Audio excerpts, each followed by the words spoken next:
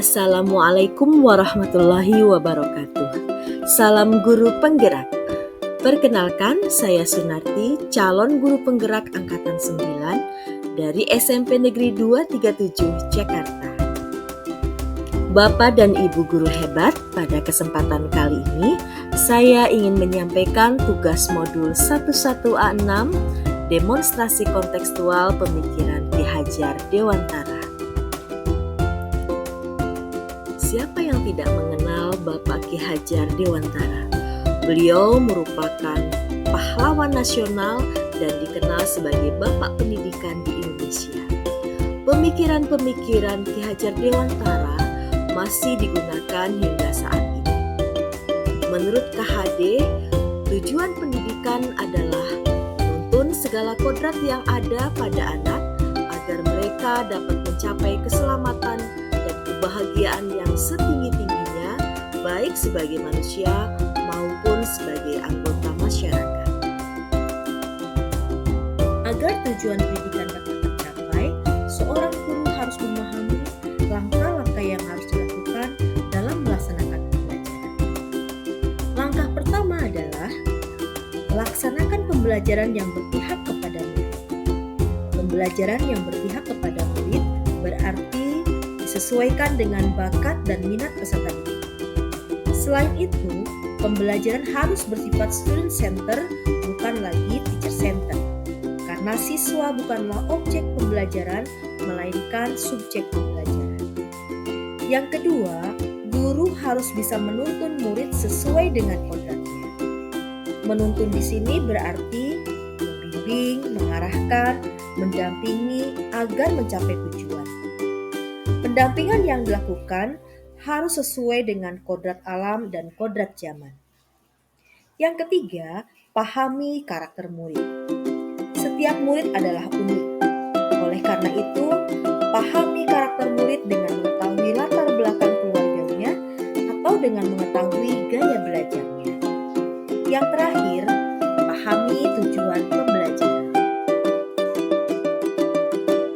Bapak dan Ibu guru hebat, dalam menuntun laku dan pertumbuhan kodrat anak, KHD mengibaratkan guru tak ubahnya seperti seorang petani atau tukang pupuk, dan murid ibarat bibit.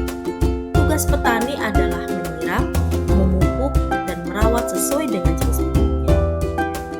Kadang-kadang kita mendapatkan ada bibit yang baik dan ada bibit yang kurang baik. Jika bibit yang kita temui adalah bibit yang kurang baik, dengan ketelatenan seorang petani dalam menyiram, memberi pupuk, menjauhkan dari hama, serta dengan matahari yang cukup, maka insya Allah bibit yang tadinya kurang baik menjadi bibit yang baik. Demikian juga sebaliknya, meskipun kita sudah punya bibit yang unggul, namun jika kita tidak siram tanaman tersebut, tidak pernah diberi pupuk ataupun jarang diberi pupuk, dan tidak dirawat dengan baik, biarkan tanaman-tanaman pengganggunya tumbuh dengan subur, maka dapat dipastikan bahwa bibit unggul tersebut tidak akan tumbuh secara maksimal. Bismillah, dibutuhkan guru yang selalu mendampingi murid secara maksimal. Bapak dan Ibu guru hebat, KHD juga menegaskan bahwa pendidikan bertujuan untuk menuntun dan memfasilitasi anak, menebalkan garis samar-samar untuk memperbaiki lakunya agar menjadi manusia seutuhnya. Berarti dalam rangka menebalkan garis samar-samar, di sini peran guru adalah pamong. Berikan kebebasan kepada anak, namun kebebasannya tetap sesuai aturan agar anak tersebut tidak salah jalan. Dalam mendidik anak harus menyesuaikan dengan kodrat alam peserta didik. Nah, kodrat alam yang ada pada peserta didik diidentifikasi oleh guru agar menjadi kekuatan sosiokultural. Misalnya kodrat alam di SMP 237 sebagai salah satu sekolah di pinggiran kota Jakarta Timur adalah masih begitu kental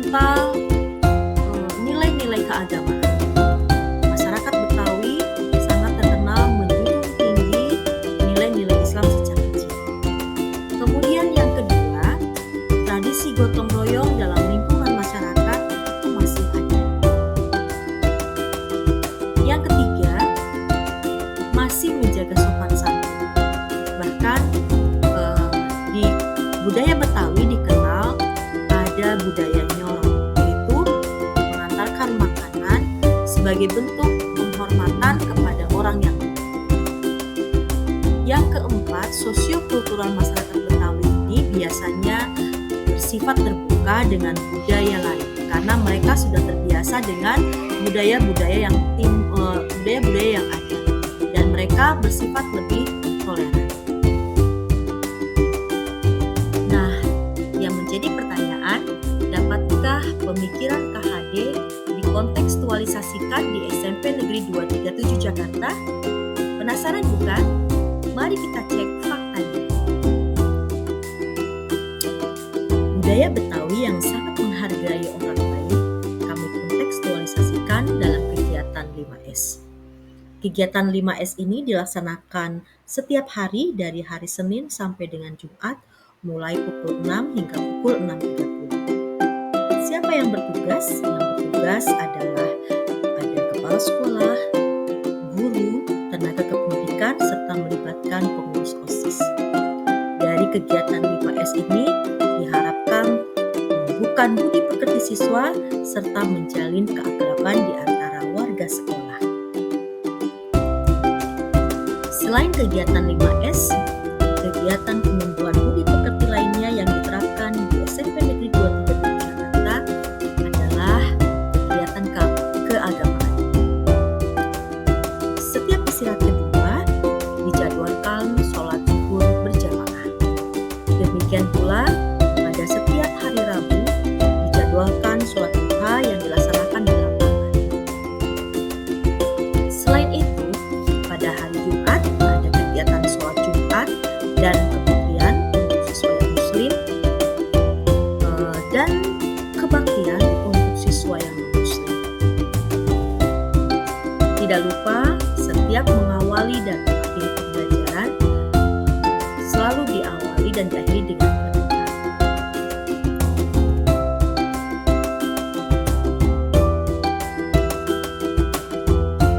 Bapak dan Ibu guru hebat, kami paham betul bahwa setiap siswa punya bakat, minat, dan potensi yang beragam.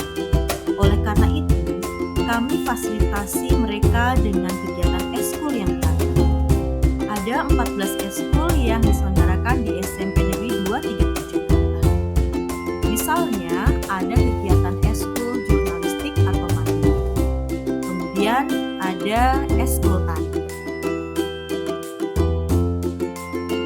Pilihan eskul lainnya, misalnya eskul PMR. Kemudian ada ekstrakurikuler wajib, yakni eskul pramuka. Eskul pramuka ini dilaksanakan setiap hari Rabu secara terjadwal.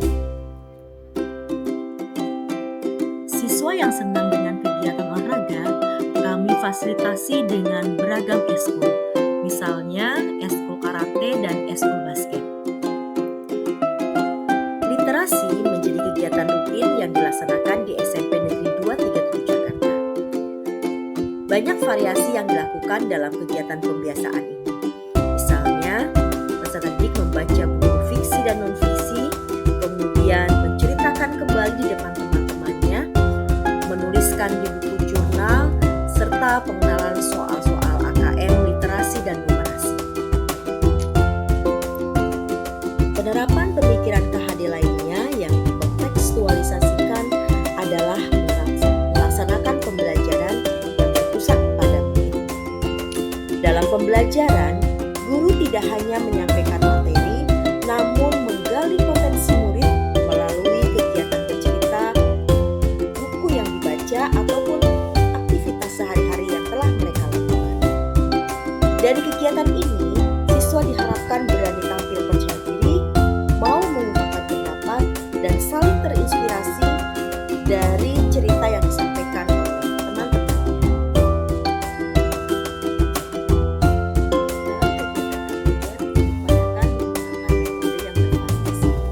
Dalam gambar, tampak peserta didik sedang mempresentasikan hasil diskusi kelompok. saja, pembelajaran juga harus diselingi dengan ice breaking karena Kak mengajarkan bahwa pembelajaran haruslah menyenangkan. Bapak dan Ibu hebat, lokasi SMP Negeri 237 Jakarta yang berada di DKI berarti dekat dengan kultur Betawi. Kami menanamkan rasa cinta terhadap budaya Betawi melalui tampilan kreasi tiap kelas dalam kegiatan pembiasaan.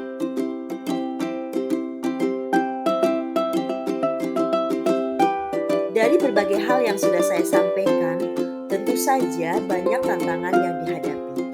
Di antaranya, 1. Peserta didik kurang termotivasi dalam mengikuti kegiatan. Masih ada peserta didik yang hanya mengikuti ekskul pramuka saja, padahal sekolah sudah memberikan program ekskul pilihan yang begitu banyak. Yang kedua, belum satu visi. Untuk menerapkan pemikiran KHD tentu bukan perkara yang mudah. Harus ada sosialisasi, pelatihan, dan lain-lain supaya timbul menjadi satu pemikiran dan satu visi.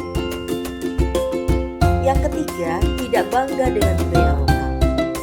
Hal ini disebabkan kurangnya informasi dan miskin literasi tentang budaya daerah. Jangan sampai mereka tidak bangga dengan budaya sendiri. Yang keempat, kurangnya bimbingan dan pendampingan dari guru. Setiap permasalahan pasti ada solusinya. Jadi, jangan khawatir. Solusi dari permasalahan yang tadi sudah disampaikan, yang pertama adalah sosialisasi dan evaluasi. Lakukan evaluasi mengapa program yang sudah dibuat kurang diminati siswa. Setelah dilakukan pembenahan, kemudian sampaikan kembali kepada mereka agar tertarik mengikuti program. Yang kedua, kolaborasi. Lakukan kolaborasi dengan berbagai pihak, misalnya orang tua, rekan sejawat, komite, ataupun peserta didik untuk mengatasi kendala yang ada.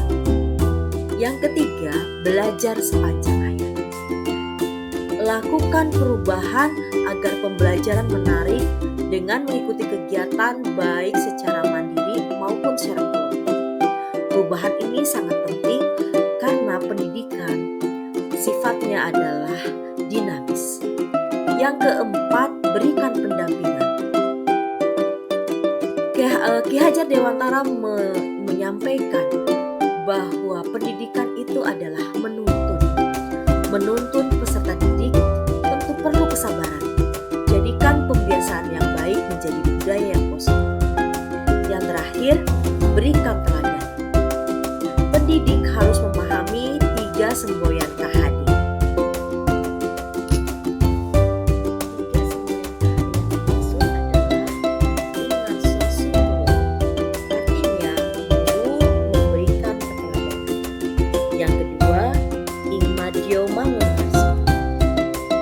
Di tengah-tengah, guru harus bisa memberikan semangat. Dan yang terakhir, Wuri Handayani. Dari belakang, guru memberikan dorongan. Setelah melewati berbagai tahapan perjalanan, tibalah saatnya pada akhir kegiatan. Guru yang baik akan selalu melakukan refleksi diri. Refleksi diri kali ini adalah jadilah guru yang menuntun dan selalu berpihak kepada peserta didik dengan cara berikan kemerdekaan dalam belajar. Ajak mereka untuk berpikir kritis, kreatif, dan inovatif. Sesuaikan pembelajaran dengan kodrat zaman. Ingatlah, perubahan diri memang membutuhkan pengorbanan dan keikhlasan. Calon guru penggerak itu harus tergerak, bergerak, dan menggerakkan demi tercapainya transformasi pendidikan. Salam sehat dan bahagia. Semoga materi pembelajaran bagi Bapak dan Ibu.